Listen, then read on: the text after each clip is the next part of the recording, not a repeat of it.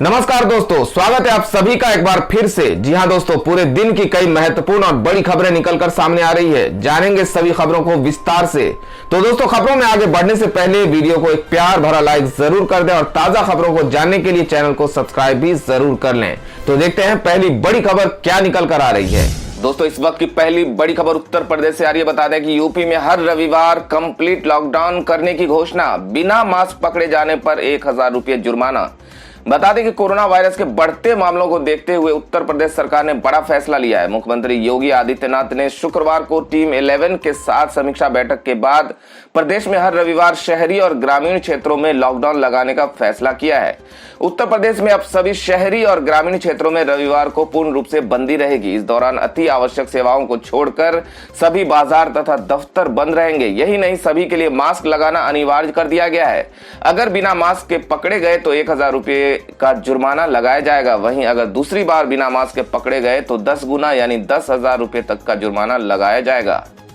तो अगली बड़ी खबर एक रिसर्च के हवाले से आ रही है, जिसमें कहा गया है कि हवा के जरिए तेजी से फैल रहा है कोरोना वायरस। यहां बता दें कि देश इस वक्त कोरोना महामारी की दूसरी लहर से जूझ रहा है। स्थिति यह है कि रोजाना अब 2 लाख से अधिक लोग इस वायरस से संक्रमित हो रहे हैं और हजारों मरीजों की जान भी इस वायरस की वजह से जा रही है। इस वायरस के संक्रमण को रोकने के लिए सरकारों की तरफ से तमाम कोशिशें की जा रही है, लेकिन हालात सुधरते नहीं दिख रहे हैं। इस बीच एक स्टडी में सामने आया है कि कोरोना का वायरस मुख्य रूप से हवा के जरिए तेजी से फैल रहा है। दरअसल मेडिकल जर्नल लैंसेट ने यह दावा किया है कि कोरोना का वायरस हवा के जरिए तेजी से फैल रहा है और यही वजह है कि इस वायरस के आगे सभी तरह की सावधानियां और स्वास्थ्य सुविधाएं फेल साबित हो रही हैं।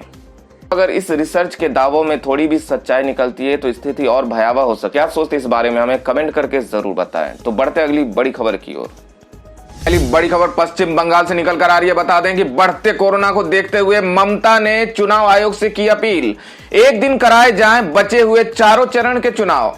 बता दें कि देश में कोरोना बेकाबू हो गया है। एक दिन में रिकॉर्ड 2 लाख से अधिक संक्रमण के मामले सामने आए हैं। इस बीच पश्चिम बंगाल में विधानसभा चुनाव भी हो रहे हैं। इस चुनाव में अभी 4 चरण का मतदान बाकी है। इसे देखते हुए पश्चिम बंगाल की मुख्यमंत्री ममता बनर्जी ने चुनाव आयोग को यह सुझाव दिया है कि कोरोना के बढ़ते मामलों को देखते हुए बचे हुए चारों चरण के चुनाव को एक साथ कराए जाएं।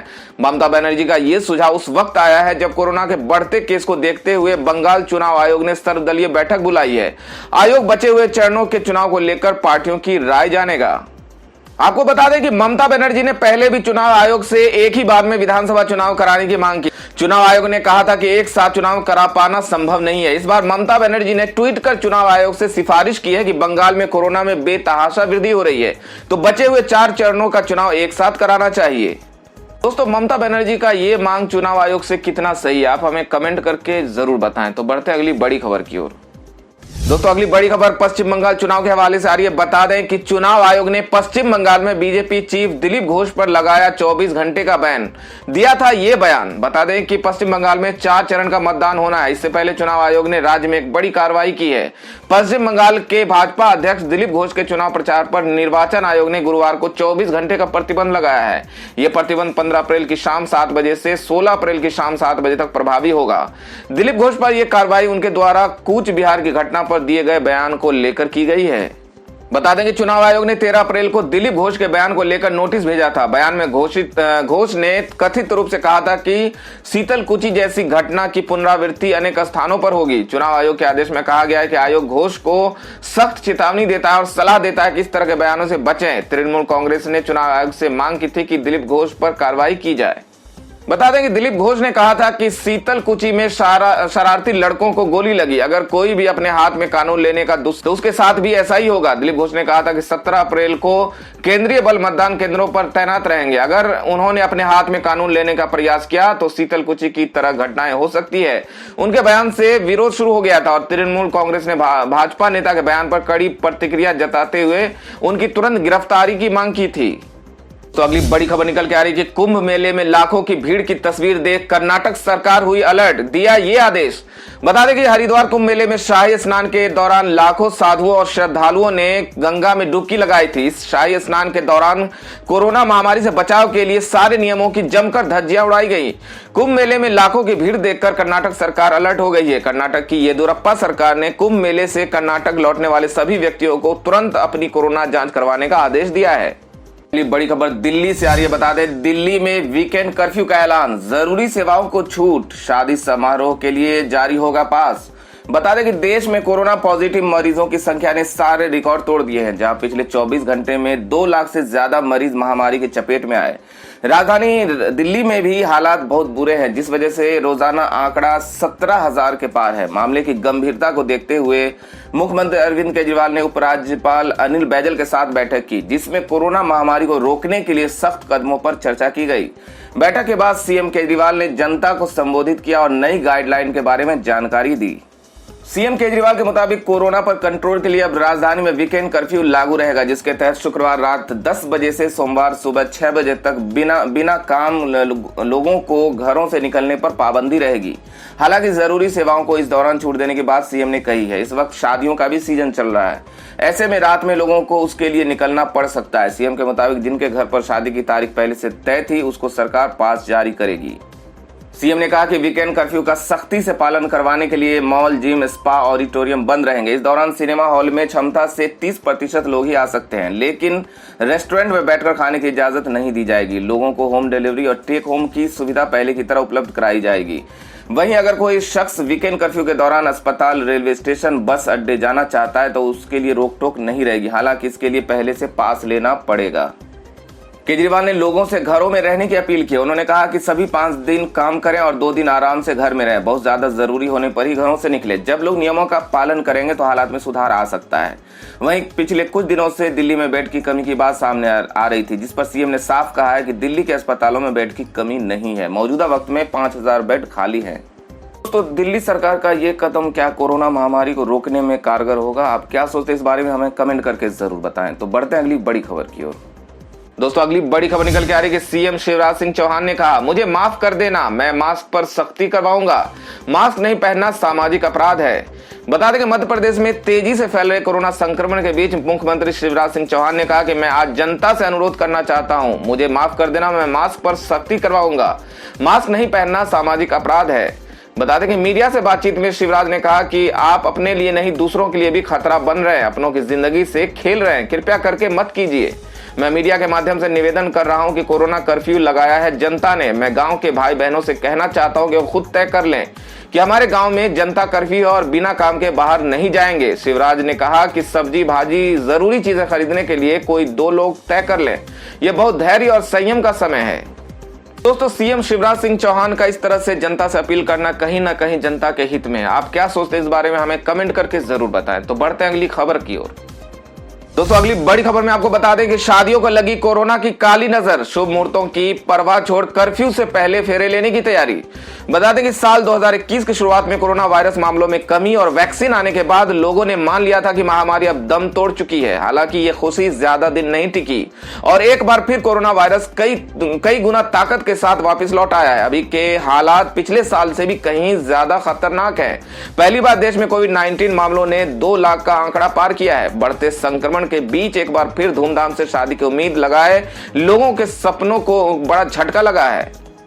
आपको बता दें कि भारत में मार्च से जून तक शादियों का सीजन होता है। शुभ मुहूर्त के चलते इस महीने देश भर में कई लोग शादी के बंधन में बंधते हैं। कोरोना वायरस को लेकर परेशान सरकार ने एक बार फिर सख्त कदम लागू किए हैं, जिसके चलते पहले से फिक्स हो चुकी शादियां या तो स्थगित हो रही हैं या फिर मेहमानों की संख्या में कटौती करनी पड़ रही है। इस बीच कोरोना कर्फ्यू का असर पहले से बुक हो चुकी शादियों पर जरूर दिखाई दे रहा है। कोरोना कर्फ्यू की वजह से अब लोग शुभ मुहूर्त का इंतजार किए बिना उससे पहले ही शादी पूरा कर रहे हैं। कोरोना वायरस महामारी की वजह से लागू किए गए नए नियमों के चलते लोगों को अपने प्लान में बदलाव करना पड़ रहा है। उधर शादियों से अपना रोजगार चलाने वाले साउंड सिस्टम, बैंड बाजा और कैटरिंग सहित कई अन्य लोगों को मुश्किलों का सामना करना पड़ रहा है। कोरोना के प्रभाव से फोटो वीडियो के साथ ही ट्रेवल्स एजेंसी संचालक भी अछूते नहीं है। महामारी और सख्त नियमों की वजह से कई शादियों की बुकिंग कैंसिल हो गई है। तो दोस्तों, कोरोना महामारी का प्रभाव हर जगह देखने को मिल रहा है। क्या आपके भी किसी परिचित की शादी टल गई है? आप हमें कमेंट करके जरूर बताइए। तो बढ़ते हैं अगली बड़ी खबर की ओर। तो अगली बड़ी खबर निकल के आ रही है कि जेएनयू के पूर्व छात्र नेता उमर खालिद को बड़ी राहत, दिल्ली दंगों के मामले में मिली जमानत। बता दें कि दिल्ली की अदालत ने गुरुवार को जवाहरलाल नेहरू विश्वविद्यालय के पूर्व छात्र नेता उमर खालिद को दिल्ली दंगों के एक मामले में जमानत दे दी है। इसके साथ ही उमर खालिद को कोर्ट ने निर्देश भी दिया है कि वो खजूरी खास के एसएचओ को मोबाइल नंबर देकर हर वक्त मोबाइल नंबर चालू रखना होगा। कड़कड़डुमा कोर्ट ने खालिद को खजूरी खास एफआईआर से संबंधित मामले में जमानत दी है। बता दें कि सुनवाई के दौरान अदालत ने कहा कि खालिद को केवल इस तथ्य के आधार पर जेल में कैद किया नहीं जा सकता कि वो दंगाई भीड़ का हिस्सा रहे। पूर्व जेएनयू छात्र नेता को पिछले साल अक्टूबर में खजूरी खास इलाके में हिंसा के मामले में गिरफ्तार किया गया था। मामले में निलंबित आप पार्षद ताहिर हुसैन भी आरोपी हैं। उन्हें सितंबर 2020 में दंगों में एक साजिश से संबंधित एक अन्य मामले में कड़े गैर कानूनी गतिविधि अधिनियम के तहत गिरफ्तार किया गया था। तो अगली बड़ी खबर निकल के आ रही है, हरिद्वार कुंभ में शामिल हुए निर्वाणी अखाड़ा के महामंडलेश्वर कपिल देव का कोरोना से निधन। बता दें कि उत्तराखंड के देहरादून से एक बड़ी खबर सामने आई है। हरिद्वार महाकुंभ में शामिल हुए निर्वाणी अखाड़ा के महामंडलेश्वर कपिल देव का कैलाश अस्पताल में निधन हो गया। कपिल देव की कोरोना रिपोर्ट आज ही पॉजिटिव आई थी। बता दें कि हरिद्वार में कुंभ मेला कोरोना का नया हॉटस्पॉट बनता जा रहा है। यहाँ पिछले 4 दिनों में कोरोना के 1701 नए केस मिले। हरिद्वार के मुख्य चिकित्सा अधिकारी शंभू कुमार झा ने गुरुवार को बताया कि यह संख्या 5 दिनों में विभिन्न अखाड़ों के साधु संतों और अनुयायियों के लिए किए गए आरटीपीसीआर और रैपिड एंटीजन टेस्ट की है। इसमें हरिद्वार से लेकर देवप्रयाग तक का पूरा मेला क्षेत्र शामिल है। शंभू कुमार ने कहा कि और आरटीपीसीआर जांच रिपोर्ट का इंतजार किया जा रहा है और ऐसा माना जा रहा है कि कुंभ मेला क्षेत्र में संक्रमित व्यक्तियों की संख्या 2000 तक बढ़ सकती है। कुंभ मेला क्षेत्र 670 हेक्टेयर में फैला हुआ है, जिसमें ऋषिकेश सहित हरिद्वार, टिहरी और देहरादून जिले शामिल हैं। तो अगली बड़ी खबर बिहार से आ रही है। बता दें कि कोरोना से जूझता बिहार, अस्पताल फुल, मरीजों को नहीं मिल रही जगह। देखिए क्या है हाल। बता दें कि कोरोना वायरस की दूसरी लहर ने देश भर में स्वास्थ्य सुविधाओं की बुरी हालत की पोल खोलकर रख दी है। बिहार में जहां स्वास्थ्य व्यवस्था पहले से ही लचर हालत में है, कोविड की दूसरी लहर ने चुनौती को कठिन कर दिया है। इस दौरान पिछले 24 घंटे में राज्य में कोविड एक्टिव केस की संख्या 21,000 से अधिक हो चुकी है, जिसमें 7,000 से अधिक केवल राजधानी पटना में है। पटना के बाद गया, भागलपुर और मुजफ्फरपुर सबसे अधिक प्रभावित जिले हैं। राज्य में कई ऐसे केस सामने आ रहे हैं जहां मरीजों को बेड ही नहीं मिल पा रहा। स्वास्थ्य मंत्री मंगल पांडे सुविधाएं बढ़ाने की बात कर रहे हैं, लेकिन अभी इसका असर नहीं दिख रहा है। अभी तक जो हालात है उसके मुताबिक करीब 20 सरकारी और निजी अस्पतालों में कोविड बेड भर चुके हैं। पटना एम्स के डायरेक्टर पीके सिंह ने कहा कि हम बेड बढ़ा रहे हैं, लेकिन ये काफी नहीं है। उन्होंने रेफर किए जा रहे केसों की बढ़ती संख्या को लेकर कहा कि सभी को जगह दे पाना बहुत ही मुश्किल है। पीएमसीएच और एनएमसीएच में यही हाल है। पिछले 10 दिनों में कोविड मरीजों की संख्या तेजी से बढ़ी है। अगले महीने में स्थिति और चुनौतीपूर्ण व भयावह होने की आशंका जताई जा रही है। ऐसे में बड़ा सवाल यही उठ रहा है कि क्या इतने प्रयास से कोरोना वायरस के बढ़ते संक्रमण से मुकाबला किया जा सकता है। पिछले दिनों एक मरीज की एनएमसीएच के बाहर इलाज के इंतजार में मौत हो गई। उसे निजी अस्पताल में गंभीर हालत में रेफर किया गया था। परिजनों ने एनएमसीएच पर लापरवाही का आरोप लगाया था। हालांकि एनएमसीएच प्रबंधन ने लापरवाही के आरोपों से इनकार किया है और कहा कि जब मरीज पहुंचा तो मौत हो चुकी थी। प्रबंधन का कहना है कि अक्सर निजी अस्पताल हालत एकदम खराब होने पर मरीज को हमारे पास रेफर कर देते हैं और सारा दोष हम पर डाल देते हैं। सबसे खराब हालत जिला अस्पतालों की है, जहां पर कोरोना से निपटने के लिए कोई खास इंतजाम नहीं है और सब कुछ भगवान भरोसे चल रहा है। जिला स्तर के अस्पतालों में कोरोना वायरस के गंभीर मरीजों को लेकर व्यवस्था नहीं है।